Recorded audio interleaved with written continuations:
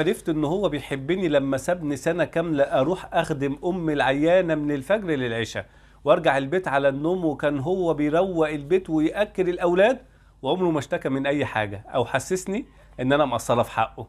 عرفت ان هو بيحبني من ايام خطوبتنا لما عملت حادثة وقعدت في المستشفى شهر والدكاترة قالوا ان احتمال ما امشيش تاني، ولما والدي قال له كان رده حتى لو ما مشيتش خالص انا مش هسيبها وهفضل معاه. عرفت ان هو بيحبني لما جات لي كورونا ساب الشغل وخد اجازه مخصوص علشاني، والناس كلها قالوا له ما تحطش الاكل على الباب من بره وهي تاخده، لا ده كان بيخش لي لغايه جوه وياكلني بنفسه ويخرج تاني. عرفت ان هو بيحبني لما كنت الاقيه سايب لي ورقه على باب التلاجة بيفكرني بمواعيد الدواء ويقول لي اوعي تنسي تاخديها، لما كان يرجع من شغله يقول لي ارتاحي انت وانا هدوقك اكل عمرك ما اكلتيه. عرفت ان هو بيحبني علشان لما كنا نبقى ماشيين مع بعض وعيني تقع على حاجة او تعجبني حاجة الاقيه تاني يوم جايبها لي. عرفت ان هو بيحبني لما ربنا كرمني باول مولود وامي قالت له خليها تيجي عندي علشان اخد بالي منها، قال لها لا انا اخدت من الشغل اجازه وهقعد انا اخدمها ما تشغليش بالك انت. قلت لها الزوج الصالح ده مش كلام وخلاص، الزوج الصالح ده رزق من عند ربنا. الزوج الصالح هو اللي فاهم ما اكرمهن الا كريم وما اهنهن الا لئيم. الزوج الصالح هو اللي فاهم استوصوا بالنساء خيرا.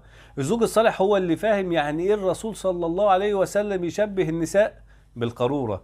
الزوج الصالح هو اللي تحس معاه بالامان والسكينة حتى في عز مشاكلكم. الزوج الصالح هو اللي هتلاقي نفسك مش قادرة تعيشي من غيره. هو الكريم في فلوسه معاكي واخلاقه معاكي واحترامه ليكي وحبه واحتوائه. هو مش ملاك نازل من السماء وليه غلطات اللي في اوقات كتيرة هتضايقك جدا، بس هتلاقي نفسك بتكبري دماغك وتتغافلي عنها، مش علشان الحياة تمشي، لا علشانه هو، وعلشان هو بجد ليكي زوج صالح. هو اللي بيحفظ زوجته ويصونها في تعاملاته مع باقي البنات التانية. الزوج الصالح هو اللي هيصلح منك بلطفه ورحمته عليكي مش بعقابه ليكي. هو اللي فاهم ان ليكي عقل يوزن بلد بحالها ولازم يقدره. وهو اللي فاهم ان عندك عاطفة بتغلب عقلك وده في اوقات كتيرة جدا. من الاخر الزوج الصالح مش كلام وخلاص، الزوج الصالح هو راجل عنده عقل وشعور. الزوج الصالح ده نعمة من عند ربنا ملهاش شكل محدد. علشان كده لما تلاقوا اشخاص بيعملوا كده سجود سجدة شكر على النعمة اللي انتوا فيها، لان هو ده عين الحب. ربنا يصلح حالكم ويريح بالكم ويرزقكم الزوج الصالح. ان شاء الله دي هتكون اخر حلقة في الموسم الثاني علشان نستعد لشهر رمضان الكريم، وان شاء الله نكمل بعد العيد. دعواتكم ربنا يبلغنا رمضان. كل سنة وانتم طيبين.